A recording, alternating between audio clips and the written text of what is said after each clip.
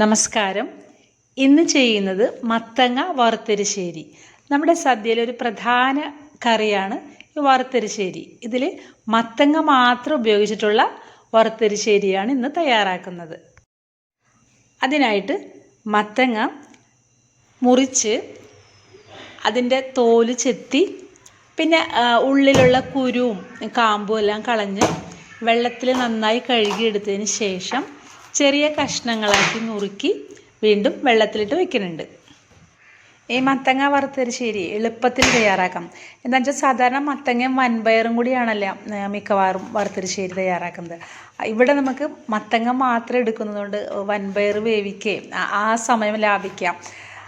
എന്നാൽ അതീവ രുചികരവുമാണ് ഈ വറുത്തരിശ്ശേരി.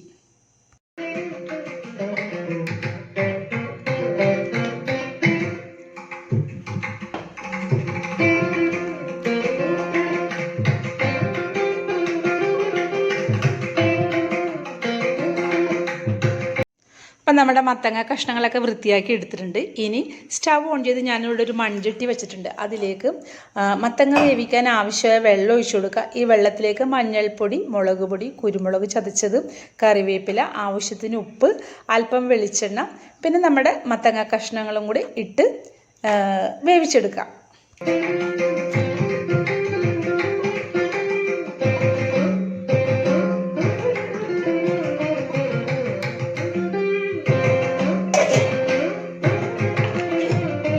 കഷ്ണങ്ങൾ വെന്ത് വരുമ്പോഴേക്കും നമുക്ക് അരപ്പ് റെഡിയാക്കാം. അതിനാകെ 2 ചേരുവ മാത്രം മതി. തേങ്ങയും ഒരു നുള്ളി ജീരകവും, ഇത് രണ്ടും കൂടെ അരച്ചെടുക്കുക.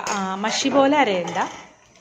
അപ്പം നമ്മുടെ കഷ്ണങ്ങളൊക്കെ വെന്ത് വന്നിട്ടുണ്ട്. ഇനി നമുക്കിതിലേക്ക് അരപ്പ് ചേർത്ത് കൊടുക്കണം. അരപ്പും പിന്നെ അരപ്പ് കഴുകിയ വെള്ളവും കൂടി ചേർക്കുക. അധികം വെള്ളം ഒഴിക്കരുത്. ഈ അരപ്പ് ചേർത്തിട്ടൊന്ന് തിളച്ചാൽ മതി. കാരണം തേങ്ങയിൽ ജീരകം അരച്ചിരിക്കുന്നതുകൊണ്ട് തന്നെ ഒരുപാട് നേരം തിളപ്പിച്ചാൽ അതിൻ്റെ രുചി മാറിപ്പോവും. അരപ്പ് തിളച്ച് കഴിഞ്ഞാൽ ഇത് വാങ്ങി വെച്ചിട്ട് പിന്നെ വറുത്തിടലാണ്. ഈ വറുത്തിടൽ തന്നെ പ്രാദേശികമായിട്ട് വ്യത്യാസങ്ങൾ വരാട്ടോ. സാധാരണ വറുത്തിടുന്നത് വെളിച്ചെണ്ണയിൽ കടുക്, വറ്റൽമുളക്, കറിവേപ്പില, പിന്നെ ഇവിടെ ഞാൻ ഉഴുന്നുപരിപ്പ് ചേർക്കുന്നുണ്ട്. ചിലവർ അരിയായിരിക്കും ചേർക്കുന്നത്. ഇത് രണ്ടും ചേർക്കാത്തവരുണ്ടാവും.